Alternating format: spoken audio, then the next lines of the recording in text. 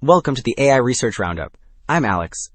Today, we're looking at a paper from the Hugging Face trending list, published on December 22nd, 2025, about 2 days ago. This paper introduces WorldWarp, a way to keep long-range video generation geometrically consistent by warping an online three-dimensional Gaussian splatting cache into new views, then using spatio-temporal diffusion to fill occlusions and revise artifacts with a region-aware noise schedule. The paper is titled WorldWarp, Propagating 3D Geometry with Asynchronous Video Diffusion, and as we will see later, the idea of combining a hard three-dimensional scaffold with a smart two-dimensional refiner leads to surprisingly stable videos under tricky camera motion.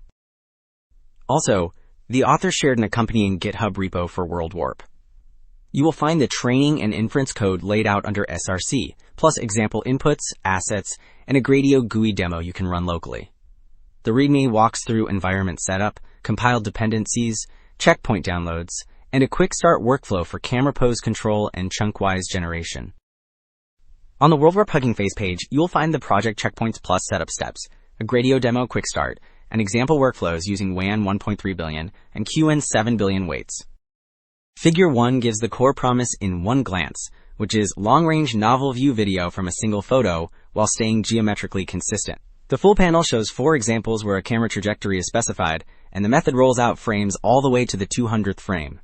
The small trajectory plots indicate how the viewpoint moves, so the scene has to stay stable under that motion. The right side shows a three-dimensional Gaussian splatting reconstruction, which is a point-based 3D scene model that should only look clean if the video stays consistent. Figure 2 explains how the method teaches a diffusion model to respect three-dimensional geometry while still generating missing content. The full Figure 2 lays out the training pipeline from left to right, and the key unusual idea is the spatio-temporal noise schedule, which means different regions get different noise, so holes get regenerated while valid warps get gently refined. The left block shows an RGB point cloud being rendered into a warped prior and a validity mask. The right block shows the stacked noisy latents flowing through the model G theta to reconstruct clean frames.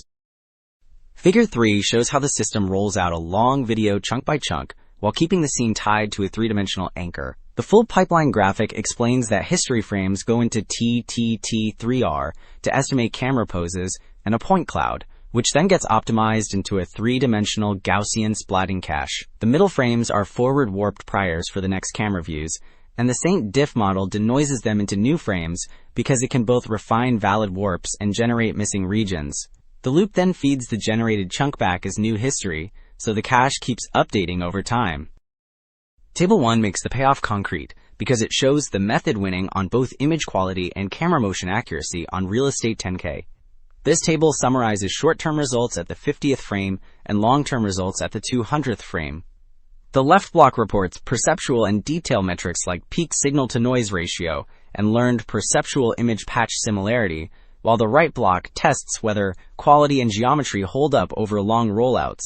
The bottom row shows the strongest long-term numbers overall, including better rotation distance and translation distance, which measure pose alignment. Table 3 shows which parts of the system actually matter, because it ablates the three-dimensional cache and the region-aware noise schedule. The full table splits short-term and long-term metrics side by side. The top block shows caching choices, where removing the cache collapses long-term peak signal-to-noise ratio to about 9. The bottom block compares noise designs, and the spatial temporal varying noise keeps both fidelity and pose errors strongest at the 200th frame. Alright, 2 takeaways stand out. WorldWarp treats three-dimensional geometry as a living cache that gets warped forward, so the video stays structurally locked even under tough camera moves. It also uses region-aware diffusion noise, so the model regenerates occlusions while only refining what is already consistent. That combination hints at a broader recipe for controllable, long-horizon generation. That is it for this episode of the AI Research Roundup. I am Alex. Thanks for listening.